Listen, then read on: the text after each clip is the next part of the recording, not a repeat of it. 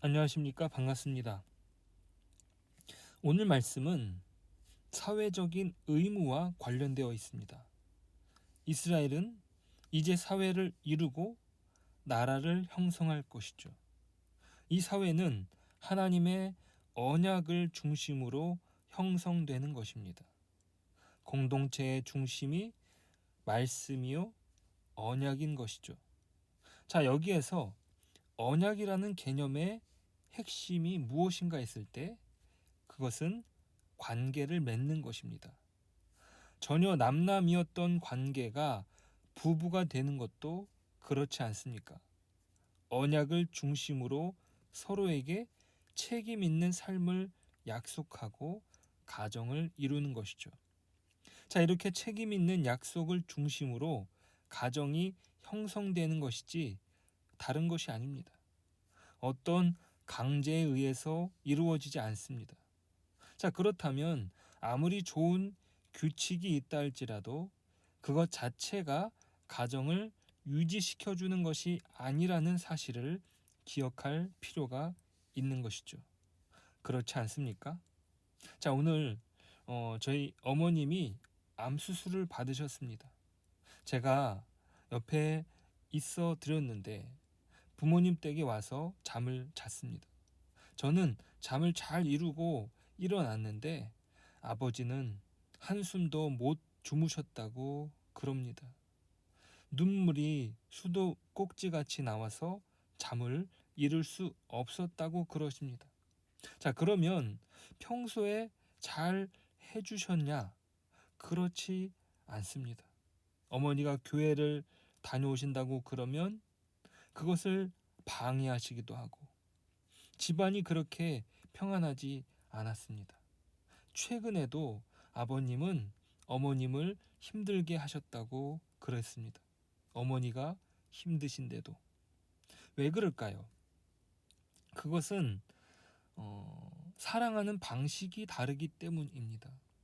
우리의 시대와 부모님의 시대도 이렇게 소통하는 방식, 문화가 다릅니다.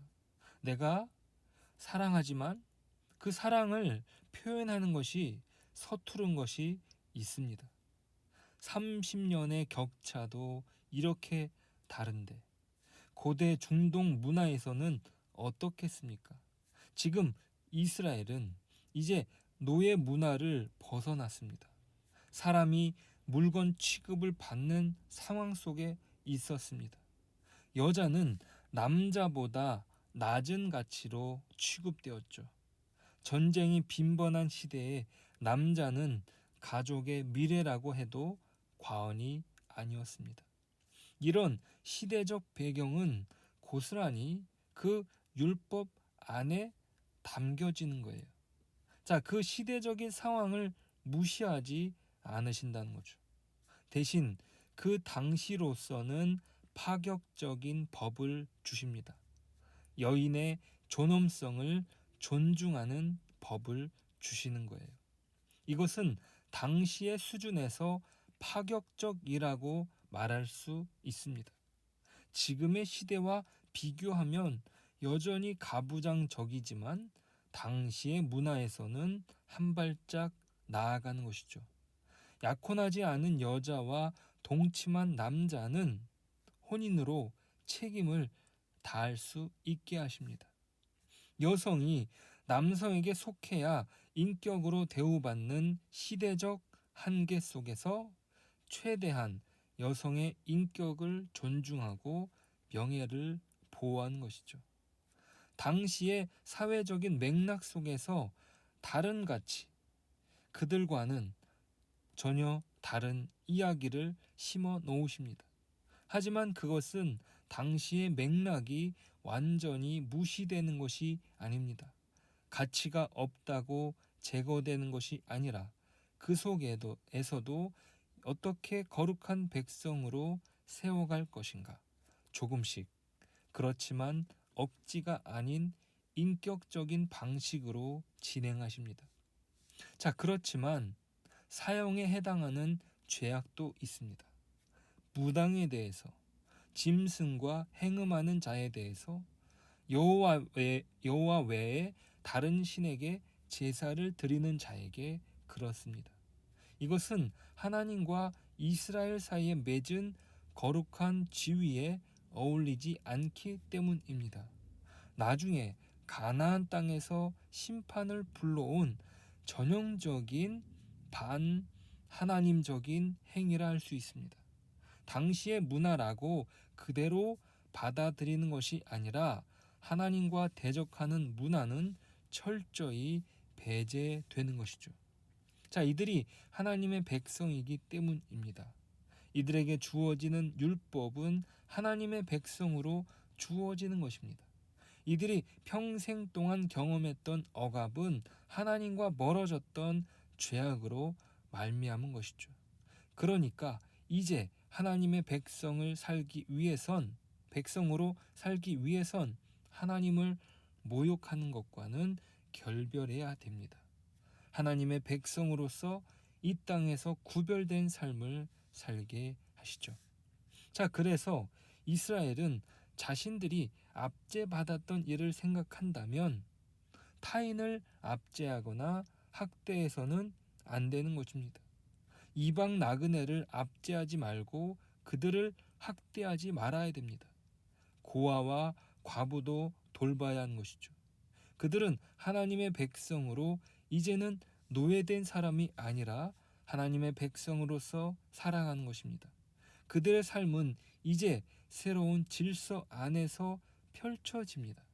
그들은 그저 자유를 만끽하는 방종의 삶이 아니라 자유 안에서 주어진 하나님의 백성으로서의 마땅한 모습을 보여야 하는 것이죠.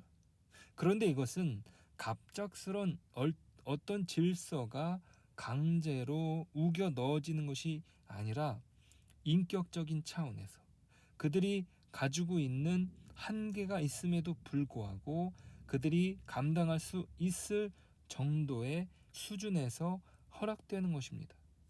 이것이 우리에게 시사하는 것은 무엇이겠습니까?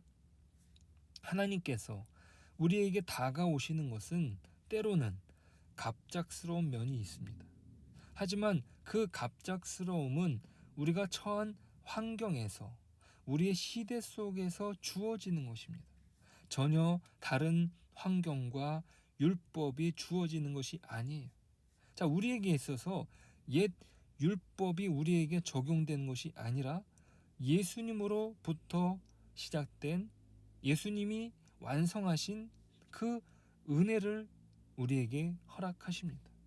자, 그것도 우리가 할 수 있는 만큼씩 우리를 조금씩 그러면서 함께 갈 수 있는 여유를 허락하시죠.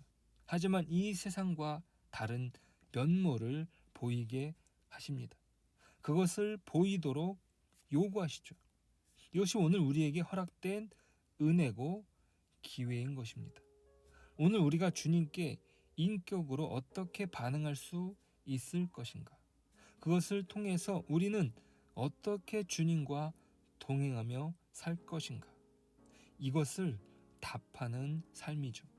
이 모든 것은 주님께서 허락하신 은혜 안에서 이루어지는 우리의 반응으로 이루어집니다.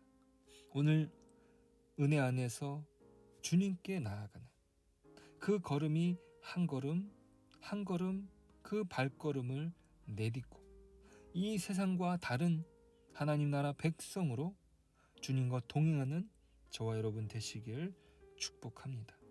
기도하겠습니다. 하나님 감사합니다.